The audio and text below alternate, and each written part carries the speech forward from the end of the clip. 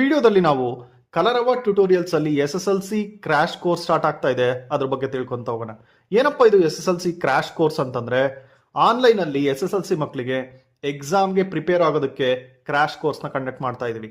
ಇದು December 25ರಿಂದ start ಆಗಿ SSLC exam ಮುಗಿಯೋ ತನಕ ನಡೆಯುತ್ತೆ. ಇದರಲ್ಲಿ ಮ್ಯಾಥ್ಸ್, ಸೈನ್ಸ್ ಮತ್ತೆ ಕನ್ನಡ, ಇಂಗ್ಲಿಷ್ ಗ್ರಾಮರ್ನ ಕಂಪ್ಲೀಟ್ ಆಗಿ ಅವ್ರಿಗೆ ರಿವಿಷನ್ ಮಾಡಿಕೊಡ್ಲಾಗುತ್ತೆ.